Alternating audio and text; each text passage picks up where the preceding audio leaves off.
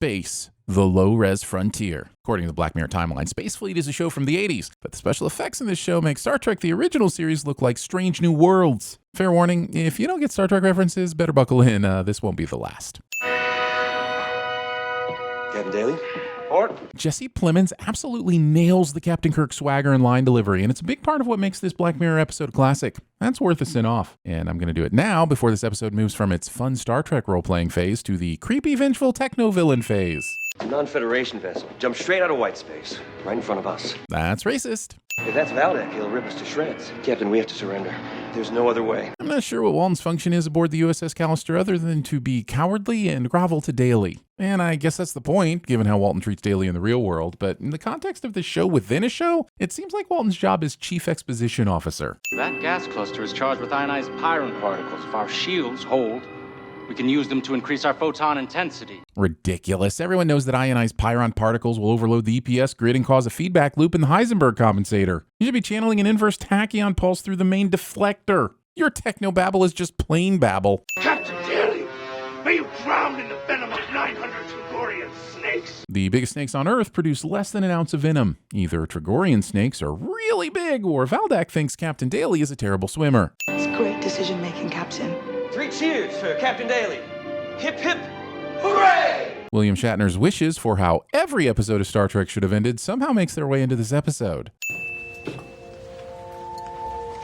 If making your eyes go blank and plunging you into an apparent coma is what this game does, that old bottle of scotch I drank at the TVSins Christmas party last year qualifies as fully immersive, which was super weird considering it was non-alcoholic. For reasons I cannot disclose, I've been in a playtest department at a video game company, and let me tell you, you do not want the clutter, smell, or more than occasional profanity of rage quitting that playtesters produce in the lobby of your company. Come on. I'm sorry, bud. Okay, left it. The last few minutes have been a less than subtle orgy of evidence that Daly is underappreciated, bullied, and essentially more Lieutenant Barclay than Captain Kirk. Oh, the ladies' bathroom is that way. The sign's kind of confusing. What about the sign on this door would make anyone think this is the ladies' bathroom? The procedural algorithm is amazing. It's just some beautiful code. Nerd! Is this on like tape? Making me remember there are people out there not old enough to know what VHS is. Aboard the spaceship USS Callister. Roll commercials. Mini-skirted damsels. A little cold for that in space. That is just what a Bargradian Sand Warrior would say. Bargradian Sand Warriors would be excellent at TVSins. We've got customers all over our balls waiting for the Infinity update. Confusing customers with crabs. Bob here is the hardware, and I am the shiny front end. Annette told Daly that she loved his code. That makes Bob the software, not hardware, you shiny front end. Do you have the latest ETA on the update patch? Well, the thing is, Mr. Daly, we could have it ready by end of play today, but if we had time, we could alter the trading mechanics, tweak the critical hit system. Altering core features of the game goes way beyond an update patch. And much like Montgomery Scott, programmer time estimates are usually off by a factor of 4. As CTO, if Daly is even a third of the genius we're led to believe he is, he'd never give the go-ahead for this kind of feature. Hotshot programmer has a computer with a ridiculous number of screens, cliché. Are you cosplaying as Captain Kirk or Darth Vader? Trekker Wars, Daly, pick a franchise. Mr. Daly, got that new ETA in the update patch. New ETA? Yeah, it's all good, but now we're looking at December 24th for rollout. Releasing a new software version on Christmas Eve. Either the company is forcing a majority of their staff to work through the holidays to deal with any customer complaints on the software update, or if there are any issues, the customers will have to wait till after the holidays to get it fixed. Either way, this is a terrible plan that a top-selling company like Callister Inc. would never put in place. Do you want coffee? Brushed suede. Thank you. From what I've read, brushed suede coffee is either coffee that contains suede shavings or coffee that's brushed with a suede brush to bring out the flavors before brewing. Either way, I think there's a chance that as a species, we might be over-engineering our coffee. It is not like my last job. Thank God. Yeah. It was a toxic workplace. You know, my boss was a major league bully. And Seriously? Nanette saw Walton bully and berate Daly right in front of her on the first day. If this is what passes for a non-toxic workplace to Nanette, I would have hated to see her last job. Chuck a ham sandwich across the room of before it hits the ground, but he's basically an alright bloke. So not a bully like Nanette's last boss, just a lovable scamp of a sexual predator. Do you have a thing for him? Daly, no. It's not like that. I was going to say, don't be too nice to him because he gets a bit stary. All Daly has to do is be a bit less stary and a bit more flying ham sandwiches before they hit the floor, and he'd be an all right bloke in Shania's book. Jacob. Thank you. It's obvious that conversation about how stary people are more concerning than cereal sandwich has made Nanette scared of Daly, even though he's never been anything but nice to her. He will totally deserve that later, but he doesn't deserve it now. Bye.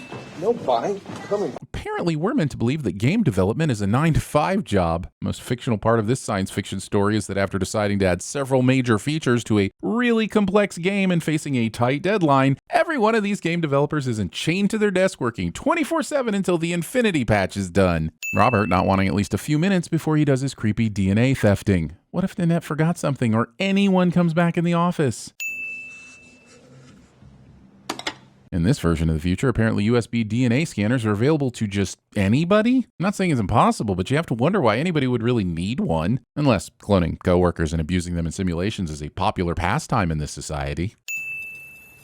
There's a fun attention to detail in these windows, showing binary code here and DNA nucleobases here. But then some asshole couldn't resist blowing their graphic load by having meaningless scrolling numbers over here because, you know, the Matrix and shit. Given the level of conflict Daly has with pretty much all of his co-workers, it's surprising that there are only 6 people on this entire ship. Come in. Let me fix you a drink. We have everything from Bengarian phlegm shots to distilled root blood from the Kangaroo Quadrant. Bengarian phlegm shots? Yuck. If Daly programmed this simulation himself, the least he could do is stock the bar with top-shelf phlegm shots. You're the intern from work, right? Nate? Packer. Something. Nate Packer. Wait, so I'm still just the intern out there? If Daly has digitized everyone based on a swab of their DNA, why do they still have memories of who they are up to the point the swab was taken? Memories are in the brain, not DNA, so shouldn't they just be blank clones? And no, I will not accept an answer that sounds something like, future tech thing does techie tech thing, exactly how the plot needs the techie tech thing to tech things. From your DNA, he'll have harvested it somehow. Oh, he told me he got mine from the rim of a smoothie cup. He retrieved Packer's juices from the bathroom. Urine and feces don't contain significant amounts of DNA. There's only one other fluid I can think of that Packer might be leaving in the bathroom, and that is not a story we need to hear. Okay, never mind the reasons. The point is that we're stuck in Daly's playground, and that's all you need to know. It is not. But Walton won't elaborate about life inside Daly's torture playground because it'll be much more shocking for us if she goes in blind. Breathable atmosphere. I'm no space fleet expert, but that might be something you want to scan for before you beam down. Are you holding up? You know, we're existing. 2025. How you doing, Jillian? Her name's Gillian. She was in marketing. I don't know about Jillian, but I think I'd be less likely to play along after I was turned into a space monster that's big enough to devour Daly in one bite. Please, I'm dead. Please. Killing in cold blood is against Space Fleet code. Space Fleet code only allows us to blow up your starship or shoot you in the chest so you fall off a cliff, but if that doesn't kill you, that's on you. No, there has got to be a way to connect. You won't hack it. I've tried. I haven't. This is why Daly shouldn't leave the simulation running when he's not there. If you give everyone free run of the place when you're not around, and there are controls that actually let them access the code of the simulation, one of them is bound to find a way to Andy Dufresne their way out of this prison.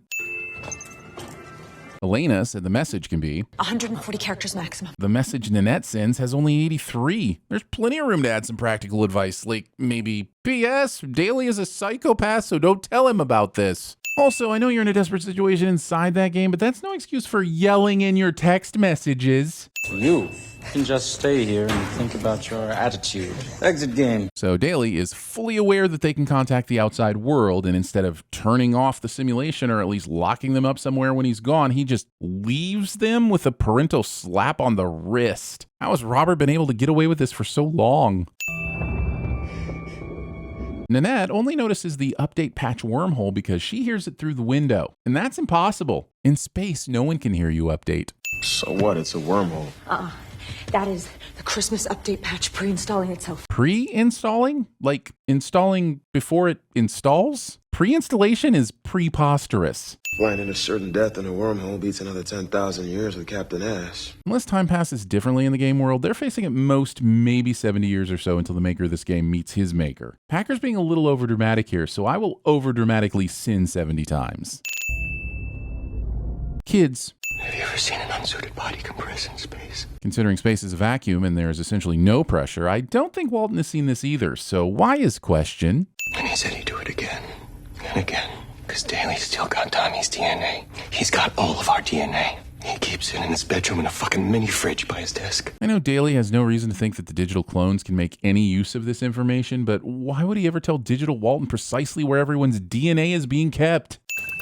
Over there. Do Cole and the others have a way to manipulate the events in the game? And if so, how and why haven't they done it before? If not, convenient distress call from crash shuttle near a lake that's perfect for Cole's distraction is convenient. We could always say that I started drowning and you had to come in and rescue me. This works and proves that even in wholesome computer-generated worlds, digital boners still rule. You actually remember that password?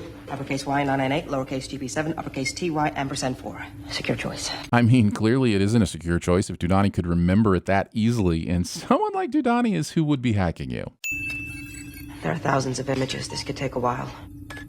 Well, sure, if you look at them one at a time. Why not just scroll through the gallery view until you find the ones you want? Are you heading out for the night? Yes, because it's Christmas Eve and we've got 10 days off work to recover from it. Maybe Shania can go home, but there is no way any of the programmers are leaving this place until the game patch is released. And there's no way any of the programmers are getting 10 days off right after a game patch is released until they're absolutely certain it doesn't break the game. What do you want? What we want is for you to do exactly as instructed, or your entire gallery Will be shared with your friends and your family. And Pornhub. Yeah, right. A few lingerie pictures are way too tame for Pornhub. Is what I've heard. Then listen very carefully. We don't have much time. stand up, get your coat, and follow our instructions. How did Walton know that she was sitting and not wearing a coat? This plan would be doomed to failure from the start if not for Nanette's Spider-Man-like ability to climb 4 stories up the outside of Daly's building to get to his balcony. I'm in position. Okay, we're gonna hang up now. Make the phone call. Be sure to complete the rest of your mission. Walton has been talking to Nanette this entire time? Either Daly lives right next door to Callister or her digital clone has been having playful splash battles with Daly for a very long time. Yeah, I didn't order a pizza.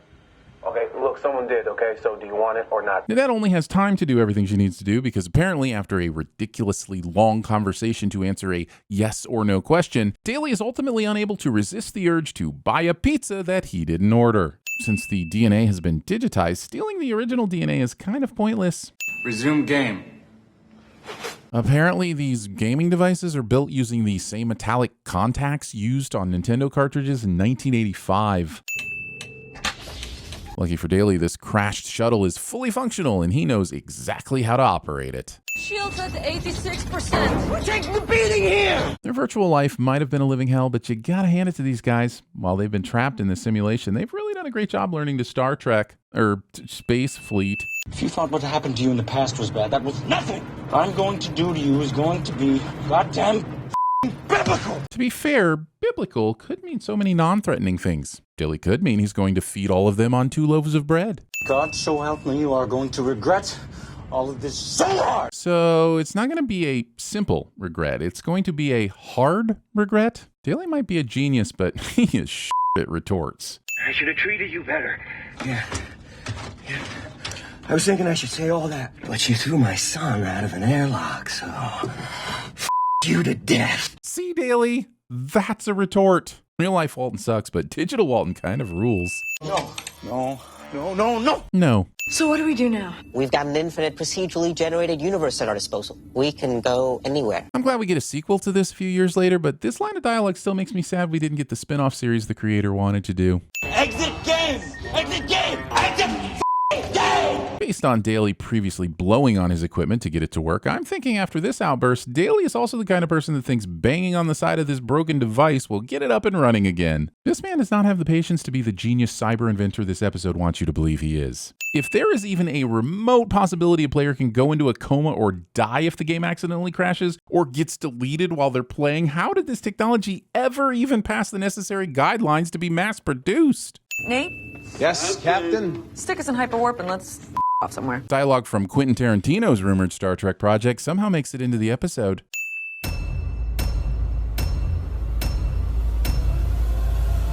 Could you possibly try not to hit every single one? The procedural algorithm is amazing. It's just some beautiful code. In the words of Nellie, it's getting hot in her. Bob. We have sort of a problem here. Yeah, you apparently didn't put one of the new cover sheets on your TPS reports. No, you must be new. John Cock toast. You are pathetic, Walter. What are you?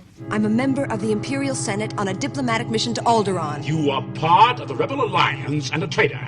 They invade our space, and we fall back. They assimilate entire worlds, and we fall back. Not again. The line must be drawn here. Tommy, how's the peeping? Tommy, how's the peeping? Tommy. Your name? Babe, what's your name? As you all know, I was stuffed in Arkham State Hospital for a decade. Take your post. That is an order. I don't take orders from a speaker box anymore. Oh, is that what you want? Because that's how you get ants. Damn it, Packer, we are gonna have to go through the belt. Do you think that you can do that? Sir, the possibility of successfully navigating an asteroid field is approximately 3,720 to 1. Never tell me the odds. Controls are disabled. To be or not to be.